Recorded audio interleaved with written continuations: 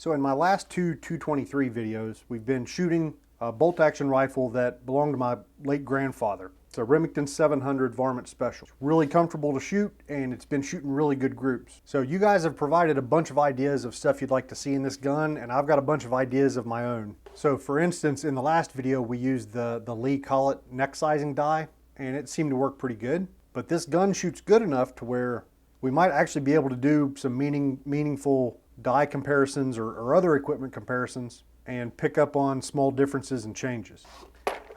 I'm not really sure where we're headed with all this yet, but one thing I know for sure is that we need more brass. Back in the first video, I pulled out 25 new pieces of brass, and that's what we've been using. But I'm going to need more than that if our tests get more complicated. So in today's video, I want to shoot 25 more new pieces of brass just so we got a full 50 round box full of fire-formed brass for this rifle. So that's, I guess, objective number one for this video. Number two would be to test some more with the 40 grain Hornady VMAX. We shot this bullet in the last video with Hodgdon H335 and Alliant Power Pro Varmint. Groups have been really good, SDs have been really poor. So at the end of that video, I said I wanted to try some extruded powders next, and that's what we're going to do today. We're going to shoot some Vihtavuori N120 and Vihtavuori N133. These are the loads I want to shoot. So luckily Vihtavuori has load data for this bullet on their website, and I was able to find a second source for each of these. N120, the Hornady manual also had some data, and the Spear manual had Vihtavuori N133 for their 40 grain bullets. Now unfortunately, I just don't have any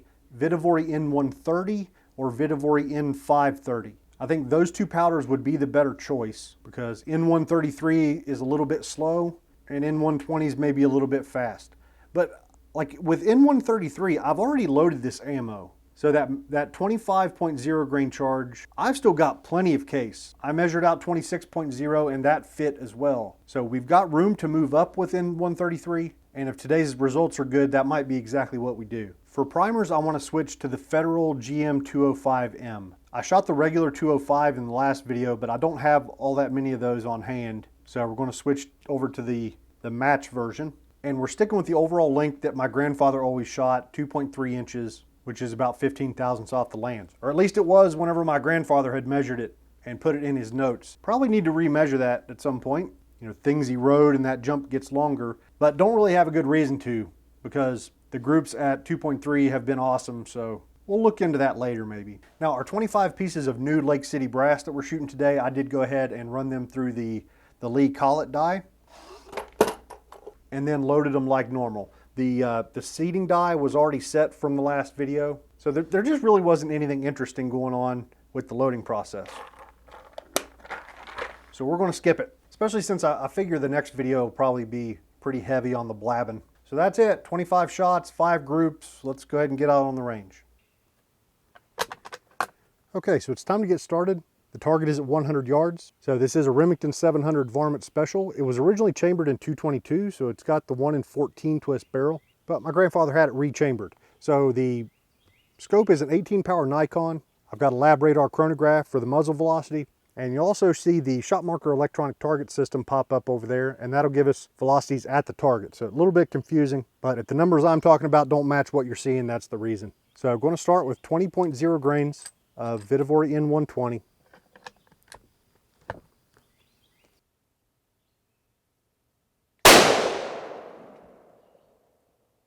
Okay, first velocity was 3336, which is good. I think last video we were up above 3600 with this bullet. Yeah, last video we had numbers between 3450 and 3650 with this bullet, so we're in the right ballpark. The brass looks good. Primer looks good. Let's see if it'll group.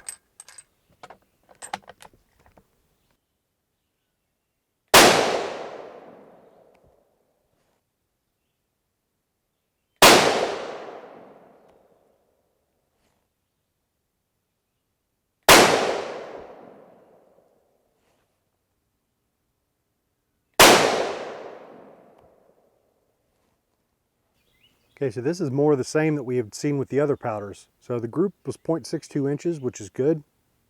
That's a promising start for this powder, but standard deviation was 56 and extreme spread was 119. So that's not the greatest news ever.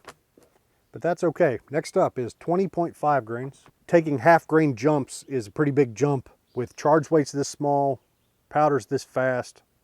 So going to be keeping an eye on that brass, keeping an eye on the velocities, make sure things don't get out of control on us.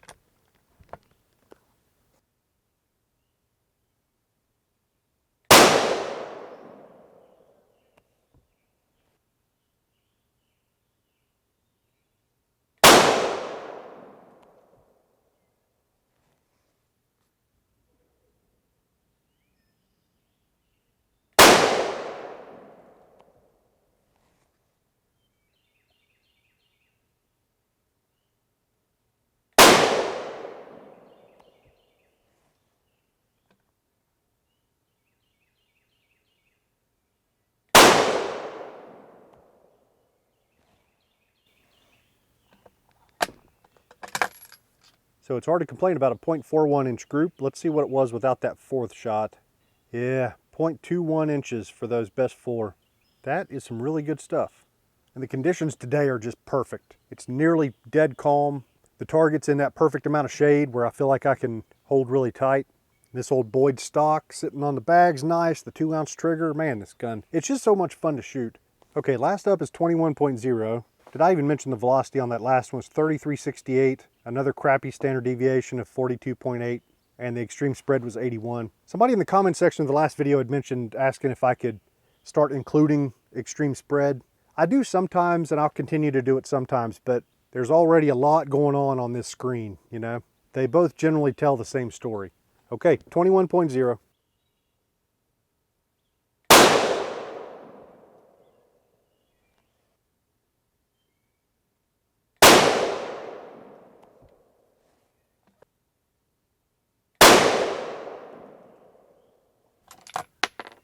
So I think my target camera just quit. So we'll just watch this one on shot marker. I don't want to interrupt the group and go down range just for that. So shot marker works.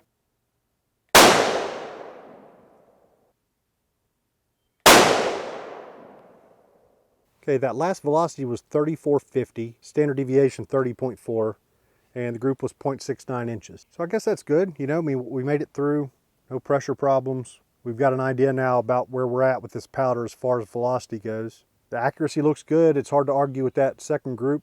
0.41 inches is not too bad. All right, that's a good start. I want to take a break, go change some batteries and stuff, and then we'll move on to N133. Okay, Vihtavuori N133. First charge is 24.5. So hopefully with this full case of a slower powder, these SDs are going to shrink considerably.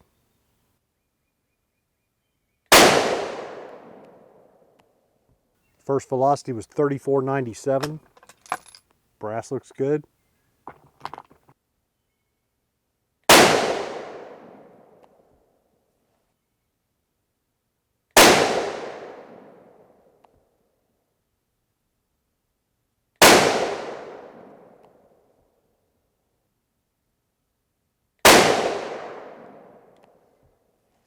So that is a 0.42 inch group, and our velocity numbers got a whole lot better. So average was 3484, but SD was 14.6 and extreme spread 35. Much better. Okay, one more group to go, 25.0 grains.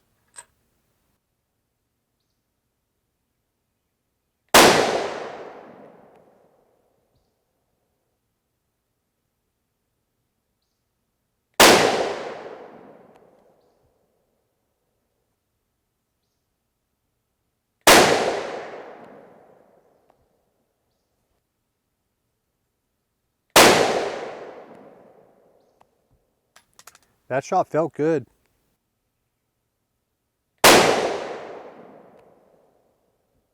Okay, so things kind of fell apart here at the end. Ended up being a 0.87 inch group, by far our biggest today. Velocity was 3573, standard deviation 16.7. So that's great to see here. These last two groups with N133, both SDs in the mid-teens. It's not like those numbers are crazy good, but they're good enough to where I actually feel like powder and primer are working together like they're supposed to, right? It makes me nervous, like those ones in the, well, our first group today had an SD of 56, extreme spread of 120. Like, I just feel like something's not right there. I answered somebody in the comment section of the last video, and mentioned the case that, okay, if my load out here today has got an SD of 60 and it's the middle of the summer and the temperature's in the 80s and it's wonderful, and then you take that load into the cold, into the extreme cold, maybe you see hang fires and misfires. And maybe not, but maybe you do. Just makes me nervous. All right, so pretty happy with today's stuff. And that's another thing we got to remember is we were fire forming brass here, so allowances must be given, I guess. But the next video, we're going to have good fire formed brass, and I'm going to start that video pretty much immediately. So if this one goes up on Friday, hopefully that video will be done for Sunday. I haven't been very good about getting my Sunday videos out lately, but hopefully this one will be on time. If it ends up being Monday, it probably means I ran into an issue. But my thought is now, okay, maybe we take Vihtavuori N133 that gave us this good performance today and keep exploring it. See, our velocity is up to 3573. Like, that's already pretty darn good, and in the neighborhood of our H335 loads that we shot last time.